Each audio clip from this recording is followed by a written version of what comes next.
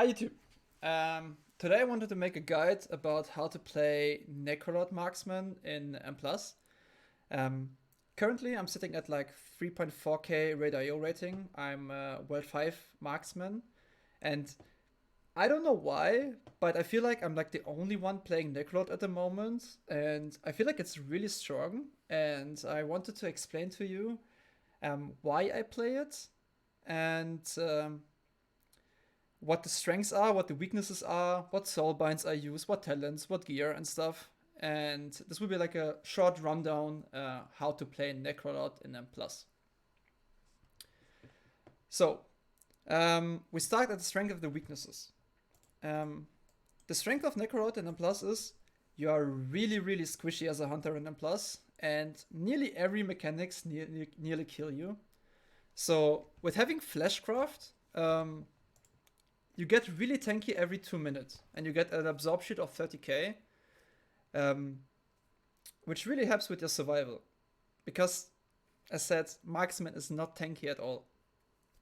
The other strength is that you have your cooldowns more often, as if you were playing Kyrian or Night Fae in M+, or even Ventir if you're in that department.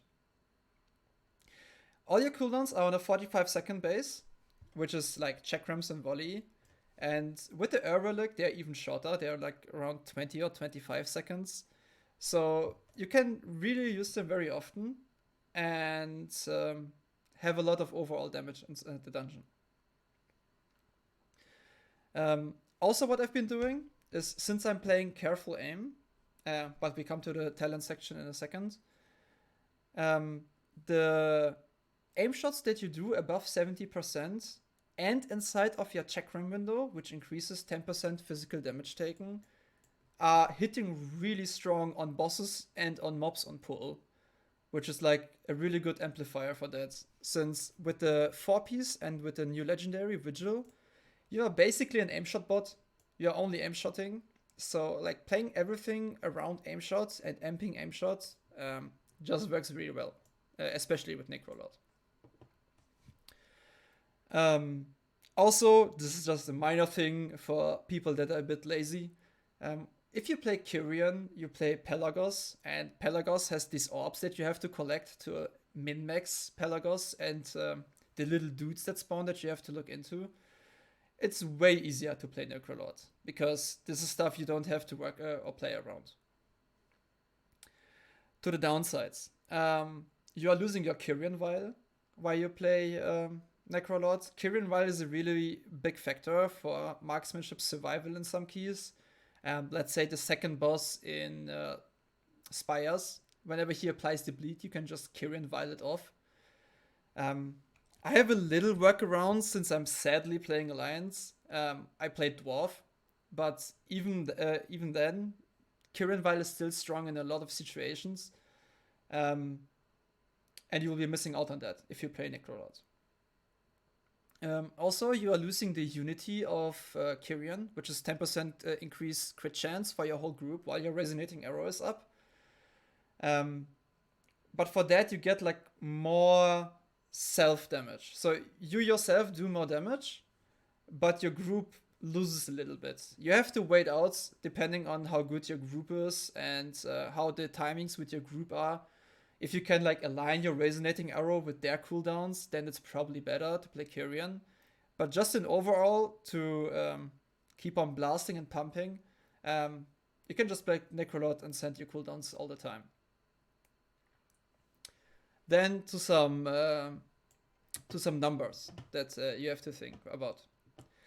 Currently, I'm running 15 to 17% haste. I feel like this is the sweet spot, especially with the 4-piece to generate enough focus to keep on aim shotting. You want around 37 to 40% crit. This is like a good crit cap. And then you just blast out Mastery. Mastery. For your trinkets, what I always recommend is one active trinket and one passive trinket. For active trinkets, I'm using currently a lot of the Quantum device, the IQD as it's called. But you can also play the PvP one, that is 1 minute. or the 5-minute trinket of Prototype Pantheon. They all play out really good. Just play whatever is your highest item level trinket. For example, I'm really bad in PvP. I would like to play the badge a little bit more, but my badge is only 259, so I keep on playing the IQD. For the passive trinkets, Solea is a really good choice. The other trinket that I would recommend is probably Elegy. It's also a really good stat stick, as Solea is. I've heard some are playing like double on use. Haven't really tested it yet. Seems okay, but personally, I wouldn't recommend it. For Soulbinds. Soulbinds, you play Bonesmith Hymir. Bonesmith Hymir, you play because of this trait here, Hymir's Arsenal. It increases your crit chance and your crit damage, which is really, really good. Plus, you get the Necrolord armor in case you die, which happens a lot as Marksman, sadly. Because nearly everything kills you, as I explained before. So you still have a little bit of uptime while you're being dead. To the conduits, Deadly Chain. I don't think I have to really explain it currently. Deadly Chain is OP in 2 or more targets. It's just a really, really solid conduit choice. Reversal of Fortune, just a focus generator on your interrupts. I hope that people interrupt more when they play Fortune, because some people forget to interrupt a lot in my keys, like random hunters. Just interrupt. Interrupt the important spells, and you get even rewarded for that.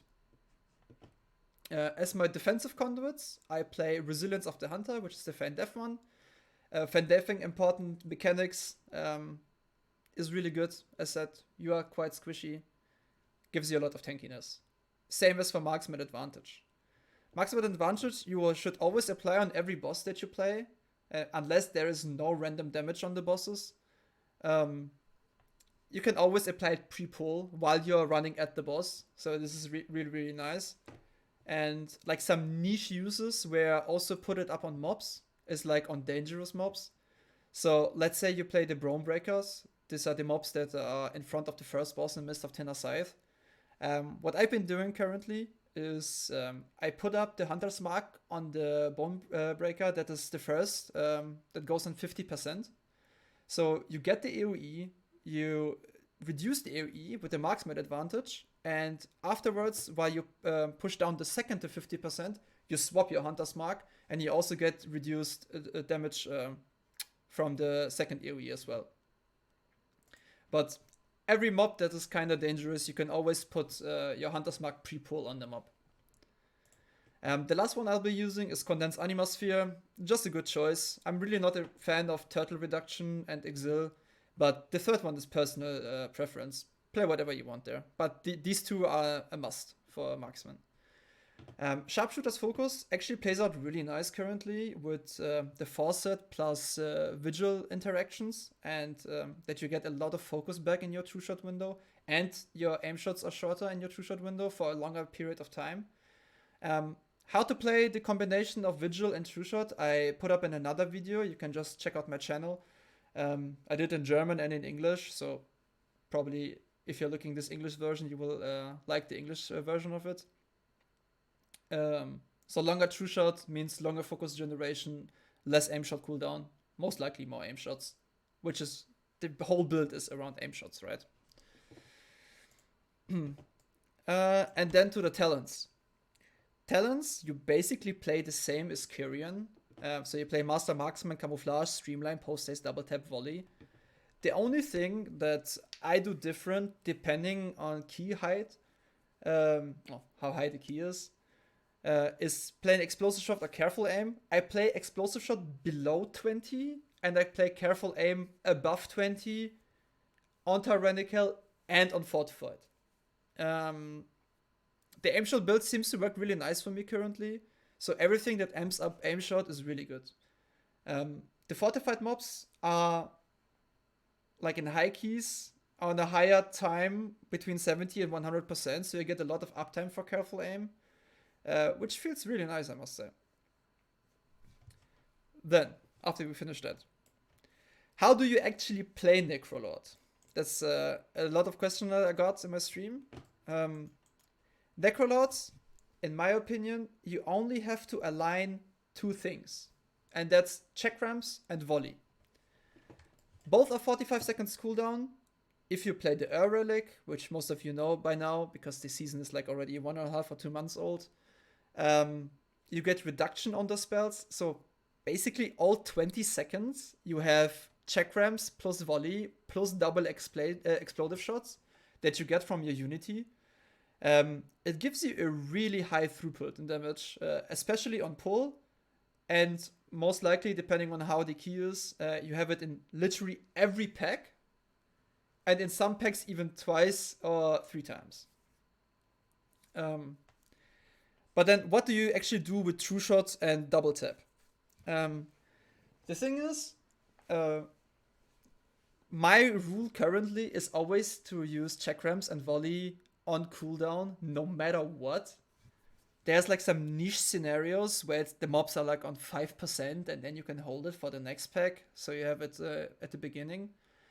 But whenever you can align double tap or true shot with your windows, it's good, but it's not mandatory.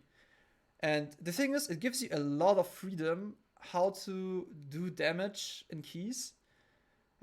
Because I see a lot of players that are like holding their cooldowns for the next pack. Even sometimes they're holding their cooldowns for 2 packs because they don't think it's worth to use their cooldowns. And sometimes the tanks have to kite, and they kite them out of your, let's say, wild spirits. And Necrolord gives you a lot of freedom to just blast and pump. So there's like no big rule where you can't use your cooldowns. You just use them. And it gives you a lot of freedom in keys, actually. That's basically how you play it. For your volley windows, what I always recommend is when you are in your true shot window and you have your volley down, try to always aim shot, rapid fire, aim shot. This gives you like a good opening burst. And if you are in your volley windows without true shot, try to always fit in your rapid fire. So you volley and then you aim shot, rapid fire. Because the problem with your rapid fire is you can't always cleave your rapid fire, but you kind of want to in AoE packs. Your aim shot nowadays with the 4-piece, as explained in another video, will always cleave if you play this weak aura correctly. So you want to use as many opportunities as you can to let your rapid fire cleave. So that's why I always recommend to rapid fire inside your volley windows. But that's the thing you have to like play a lot of, and just to see and feel the timings for that. Yeah, that's basically how I always think why Necrolord is good or even better than Kyrian, and is a really, really solid option. If you have any questions, I'm streaming every day on Twitch. My link will be in the description. I'm always open to answer questions. Doesn't matter if it's in German or in English. Just hit me up. Maybe even on Discord if you want. My Discord link is in my Raid.io page. And I hope I could help you. And maybe we will see some more Necrolord hunters in the future. So have a nice day and see you.